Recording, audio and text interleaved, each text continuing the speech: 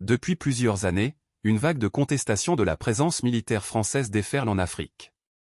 Malgré ce nouveau phénomène populaire lié aux tensions politico-sécuritaires, de nombreux pays abritent encore des bases militaires françaises sur le continent. Dans le cadre d'une coopération militaire avec certains pays anciennement colonisés qui sont aujourd'hui indépendants, la France a pu disposer en Afrique de plusieurs bases militaires avec des effectifs opérationnels en attente. Alors que le Niger, l'un des derniers pays africains à connaître un coup d'État militaire, a engagé des pourparlers pour le retrait rapide des troupes françaises de son territoire, ces dernières, qui étaient engagées dans la lutte terroriste, ont commencé à bouger. En effet, le désengagement des militaires français du Niger a commencé le jeudi 5 octobre 2023. Paris a annoncé que le retrait des 1500 soldats français présents au Niger sera effectif d'ici la fin de l'année 2023. L'origine des bases militaires françaises en Afrique. Tony Chaffé, professeur d'études africaines et françaises au Centre de recherche en études européennes et internationales à l'Université de Portsmouth au Royaume-Uni, nous fait un bref historique de la présence militaire française en Afrique. La France a signé des accords de coopération culturelle, technique et militaire et des accords de défense avec la plupart de ses anciennes colonies au moment de l'indépendance en 1960, explique-t-il. En outre, des conseillers militaires ont été envoyés en Afrique pour travailler avec les gouvernements nouvellement indépendants. Les accords de défense ont défini le cadre dans lequel les interventions militaires françaises se sont déroulées en Afrique au cours de la période post-coloniale, Pouzouil. Avec une série d'accords bilatéraux de défense et d'assistance militaire signés avec ces anciennes colonies et jusqu'à 10 000 soldats stationnés ou participant à des opérations militaires dans ces anciennes colonies au cours des premières années suivant l'indépendance, la France a entrepris au moins 30 interventions militaires directes sur le continent entre 1964 et 1995, renseigne le professeur Chaffé. Selon Chaffé, la France a également poursuivi une politique de substitution, plutôt que de partenariat, avec les forces militaires africaines dans sa sphère d'influence post-coloniale, le précaré. Mais dans quels pays africains sont présentes ces bases militaires françaises, et pourquoi sont-elles là? Où se trouvent ces bases militaires sur le continent? Avec près de 10 000 forces de présence en Afrique subsaharienne, la France dispose de bases militaires à Djibouti, en Côte d'Ivoire, au Sénégal, au Gabon, au Tchad et au Niger. Djibouti. Les forces françaises stationnées à Djibouti sont présentes sur place depuis l'indépendance du pays. Avec près de 1500 hommes, elles représentent le plus grand contingent de militaires français en Afrique. Sous le coup d'un protocole provisoire en date de juin 1977, un nouvel accord de défense, entré en vigueur depuis 2014, fixe leurs conditions de stationnement à Djibouti. Côte d'Ivoire. En 2012, la proximité historique entre la France et la Côte d'Ivoire avait fait sceller un accord de partenariat de défense entre les deux pays. C'est ainsi que le 1er janvier 2015, les forces françaises en Côte d'Ivoire ont été créées pour constituer l'une des bases opérationnelles avancées en Afrique. Après la fin de mission de l'opération Licorne le 26 janvier 2015, avec au moins 950 hommes sur place, les forces françaises en Côte d'Ivoire sont devenues des forces de présence pour assurer un relais opérationnel dans cette zone considérée comme une des priorités stratégiques de la France, conformément au livre blanc sur la défense et la sécurité nationale de 2013. Gabon. Déployé dans le pays depuis son indépendance en 1960, conformément aux accords de défense d'août de la même année, les forces françaises au Gabon, EFG, sont devenues au 1er septembre 2014, les éléments français au Gabon, avec environ 350 hommes. Avec Dakar au Sénégal, elle constitue le deuxième pôle opérationnel de coopération, POC, à vocation régionale.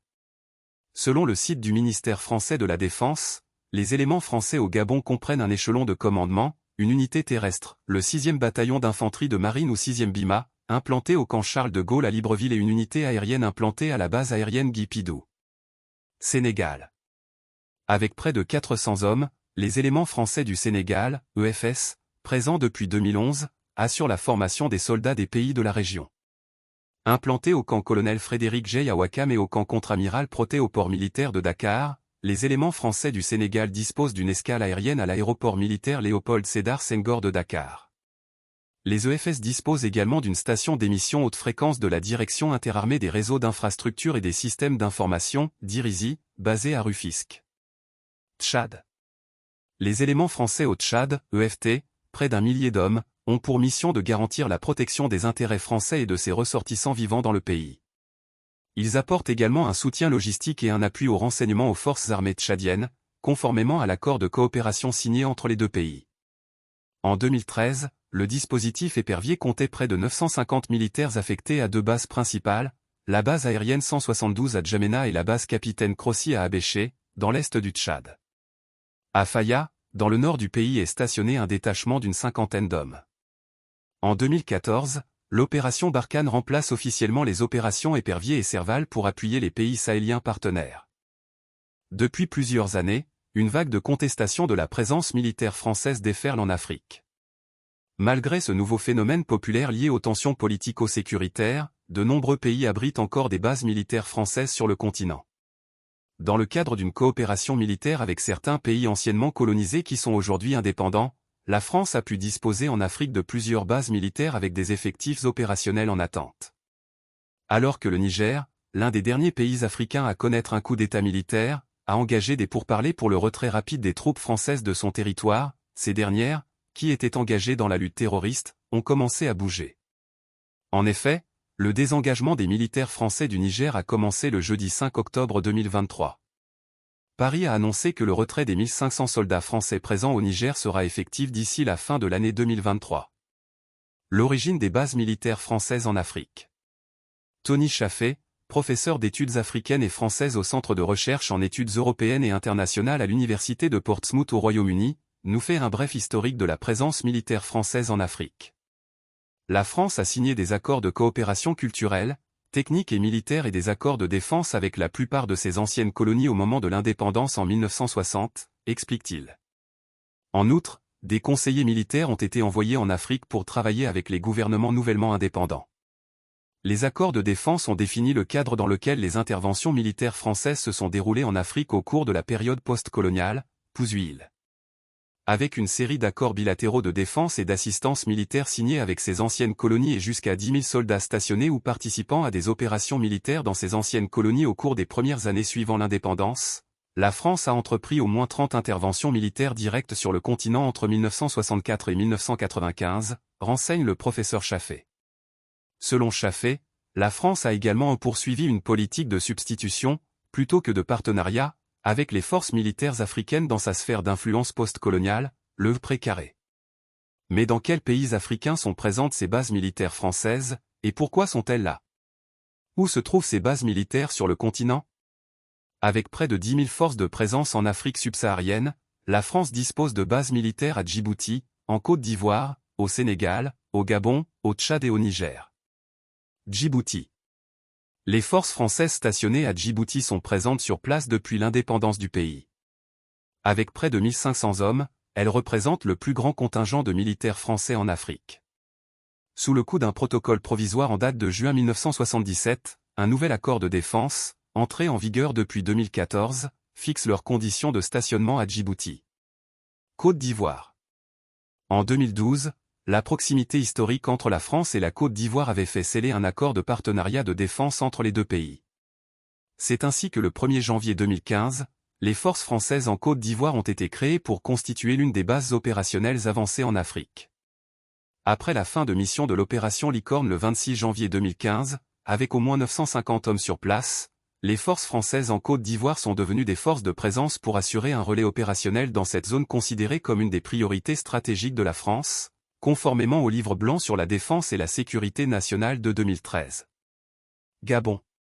Déployé dans le pays depuis son indépendance en 1960, conformément aux accords de défense d'août de la même année, les forces françaises au Gabon, EFG, sont devenues au 1er septembre 2014, les éléments français au Gabon, avec environ 350 hommes. Avec Dakar au Sénégal, elle constitue le deuxième pôle opérationnel de coopération, POC, à vocation régionale. Selon le site du ministère français de la Défense, les éléments français au Gabon comprennent un échelon de commandement, une unité terrestre, le 6e bataillon d'infanterie de marine ou 6e BIMA, implanté au camp Charles de Gaulle à Libreville et une unité aérienne implantée à la base aérienne Guy Pidou. Sénégal. Avec près de 400 hommes, les éléments français du Sénégal, EFS, présents depuis 2011, assurent la formation des soldats des pays de la région. Implantés au camp colonel Frédéric Jay à Ouakam et au camp contre-amiral Proté au port militaire de Dakar, les éléments français du Sénégal disposent d'une escale aérienne à l'aéroport militaire Léopold Sédar Senghor de Dakar. Les EFS disposent également d'une station d'émission haute fréquence de la Direction interarmée des réseaux d'infrastructures et des systèmes d'information, DIRISI, basée à Rufisque. Tchad. Les éléments français au Tchad, EFT, près d'1 millier d'hommes, ont pour mission de garantir la protection des intérêts français et de ses ressortissants vivant dans le pays. Ils apportent également un soutien logistique et un appui au renseignement aux forces armées tchadiennes, conformément à l'accord de coopération signé entre les deux pays. En 2013, le dispositif épervier comptait près de 950 militaires affectés à deux bases principales, la base aérienne 172 à Djamena et la base Capitaine Crossi à Abéché, dans l'est du Tchad. À Faya, dans le nord du pays est stationné un détachement d'une cinquantaine d'hommes. En 2014, l'opération Barkhane remplace officiellement les opérations Épervier et Serval pour appuyer les pays sahéliens partenaires.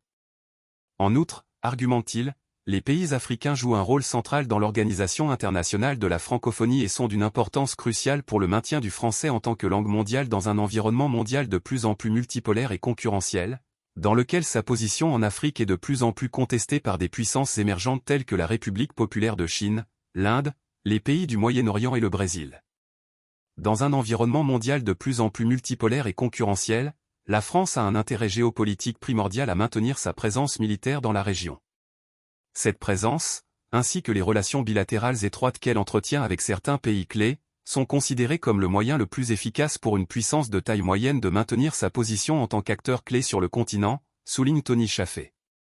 À son avis, cette présence joue un rôle clé dans la justification du siège permanent de la France au Conseil de sécurité de l'ONU. La France est un acteur incontournable lorsque les questions de sécurité en Afrique occidentale et centrale sont discutées à l'ONU ou par la communauté internationale. Manifestation pour le départ des troupes françaises. Armée française. Allez-vous-en ? Alpha Blondy, le chanteur de reggae ivoirien, avait ouvert le bal des contestations pour le départ des troupes françaises de l'Afrique dans les années 90. Dans son album Yitzhak Rabin sorti en 1998, l'artiste demandait à l'armée française de partir du continent. Cette chanson marquait le début d'un nouvel ère de souverainisme. Avec l'avènement de la lutte contre le terrorisme avec l'opération Serval, puis Barkhane sur la demande de ces pays-là, la présence militaire française devrait contribuer à lutter contre ce phénomène, explique Dr Bakary Samb, directeur du Timbuktu Institute, centre africain d'études sur la paix à Dakar. Hélas, on s'est rendu compte que l'objectif principal était de faire disparaître des groupes terroristes, mais les groupes se sont multipliés. Donc, il y a un échec dans cette approche-là, argumente l'enseignant-chercheur au Centre d'études des religions, CER, de l'Université Gaston Berger de Saint-Louis au Sénégal. Le Sahel devient le dernier champ de bataille d'Al-Qaïda. Sentiment anti-français, quelle est son histoire en Afrique et pourquoi il ressurgit aujourd'hui ? L'approche militaire a montré toutes ses limites et les pays ont commencé à douter de l'importance de la présence stratégique. En même temps s'est développé tout un ensemble de discours et certaines théories du complot qui allaient même dans le sens où cette présence était quelque part une manière d'attirer la menace terroriste, en tout cas de l'aggraver sur le continent, poursuit-il. Avec la montée en puissance d'une élite intellectuelle, d'un leadership africain de plus en plus jeune, consciente, mais aussi d'une jeunesse contestataire, je crois qu'aujourd'hui ces éléments combinés-là font que les présences militaires, à l'heure du souverainisme, sont vues comme étant quelque chose qui devait appartenir au passé, souligne Dr Bakary Samb. Et on a vu que progressivement, aussi bien au Mali ça a été contesté, au Burkina Faso ensuite, mais aussi aujourd'hui au Niger où il est plus que jamais sujet pour que cette présence militaire disparaisse ou soit atténuée, explique M. Samb. L'Afrique pourra-t-elle gérer les questions de sécurité après le départ des Français ?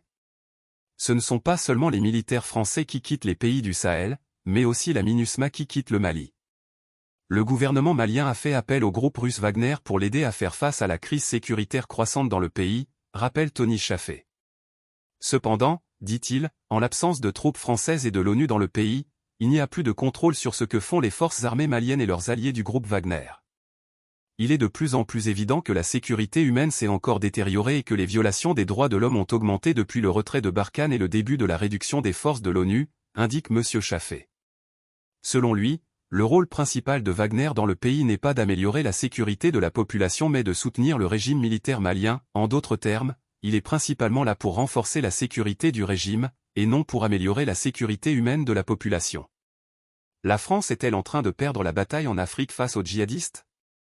S'il est vrai que les 10 années de l'opération Serval, 2013 à 23, suivies de Barkhane, 2014 à 22, n'ont pas amélioré la situation sécuritaire dans le pays et ont même contribué à l'aggraver. On peut dire que la présence de Barkhane et des forces de l'ONU a eu un effet dissuasif sur les groupes armés dans une certaine mesure, soutient l'universitaire. Cette dissuasion n'existe plus et de nombreux éléments indiquent que la situation sécuritaire au Mali et dans l'ensemble de la région s'est détériorée en conséquence, déclare Chaffé.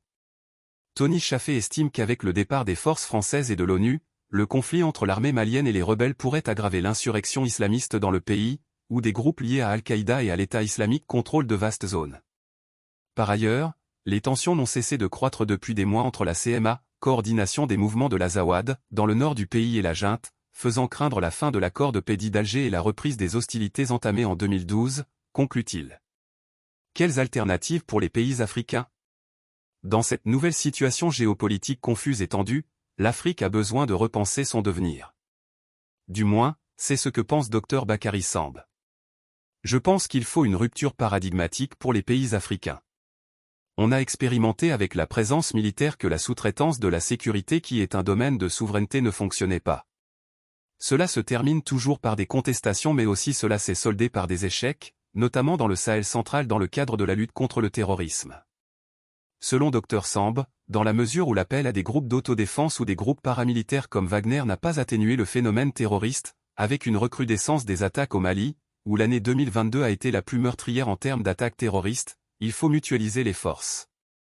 Je crois donc que si on se rend compte qu'aussi bien la sous-traitance de la sécurité par des puissances occidentales ne fonctionne pas, mais non plus la présence de milices d'autodéfense, en tout cas de groupes paramilitaires comme Wagner, il faut aller vers une mutualisation des forces et réactiver tous ces dispositifs dont on parle depuis très longtemps, aussi bien de la CEDEAO que de l'Union africaine, les dispositifs de force en attente, etc. Sahel, la France envoie 600 soldats supplémentaires. L'enseignant-chercheur estime qu'il est temps aujourd'hui de jouer sur la mutualisation des compétences et des possibilités en termes de défense, mais d'aller vers une africanisation de ces forces-là et de coordonner au niveau sous-régional de la CEDEAO et au niveau régional pour ce qui est de l'Union africaine, d'avoir cette force africaine, qui depuis très longtemps, qu'on dit être en attente. C'est l'heure de la mutualisation des compétences et des moyens. C'est l'heure aussi de la coopération interrégionale même, parce qu'un phénomène comme Boko Haram ne peut pas être seulement combattu par des pays de la CEDEAO ou des pays de l'Afrique centrale. On est obligé, au regard de la transnationalité des phénomènes, d'aller vers cette mutualisation des forces. La montée en puissance d'une jeunesse contestataire, du principe de souverainisme, à un moment où l'Afrique a le choix de multiplication des partenaires et de leur diversification, pose un véritable problème à la France aujourd'hui, qui, à mon avis, ne pourrait s'en sortir qu'en réinventant cette présence-là. Bref, elle ne pourrait s'en sortir qu'à une forme de réadaptation, mais en tout cas un changement de paradigme s'impose, renchérit Dr Samb.